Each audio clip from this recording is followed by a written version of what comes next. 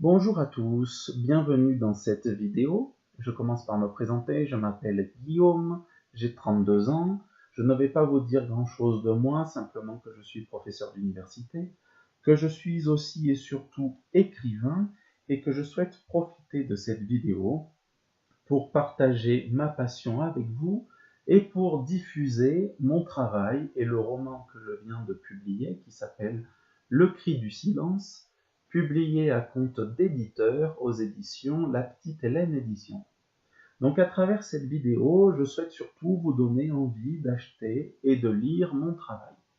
Je vais vous donner quelques pistes de lecture, surtout pour susciter un peu plus chez vous l'envie, évidemment, de découvrir ce travail. Alors, le cri du silence, de quoi s'agit-il?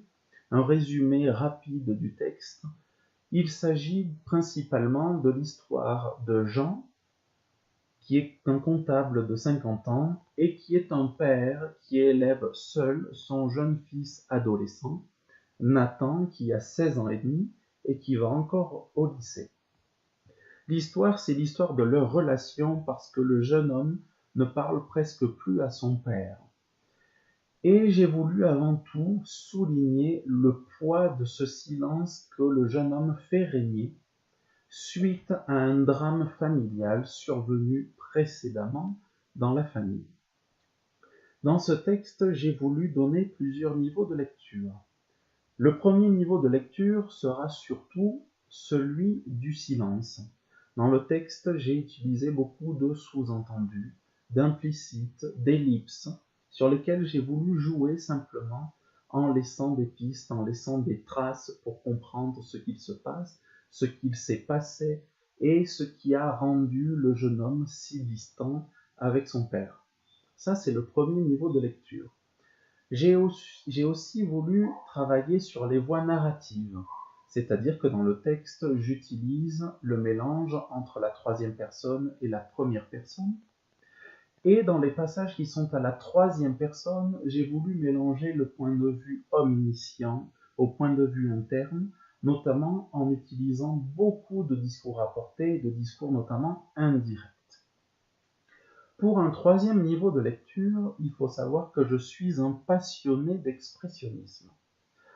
Dans ce courant artistique, vous connaissez surtout des noms de peintres comme Van Gogh ou comme Munch, mais l'expressionnisme littéraire est très peu connu et représenté en France.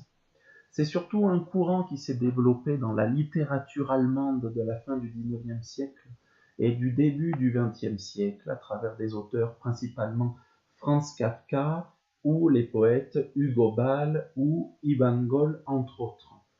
Mais en France, son principal représentant, c'est le grand auteur Octave Mirbeau, à travers par exemple un roman qui s'appelle Dans le ciel, et qui, même si le nom, si je ne me trompe pas, n'avait pas encore été employé par Sartre dans ce sens-là, est un anti-roman qui a profondément influencé plus tard l'apparition du nouveau roman.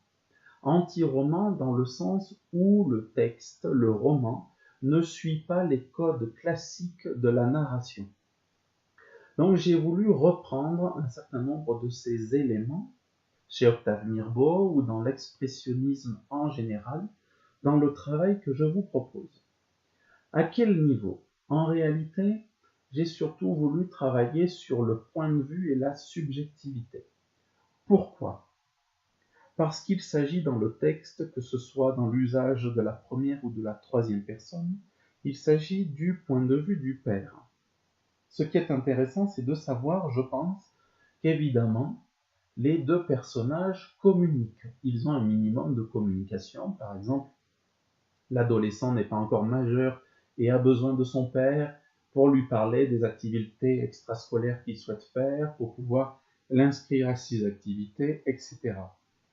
Mais j'ai voulu souligner les moments où le père perçoit les silences de son fils comme les plus forts et comme les plus lourds.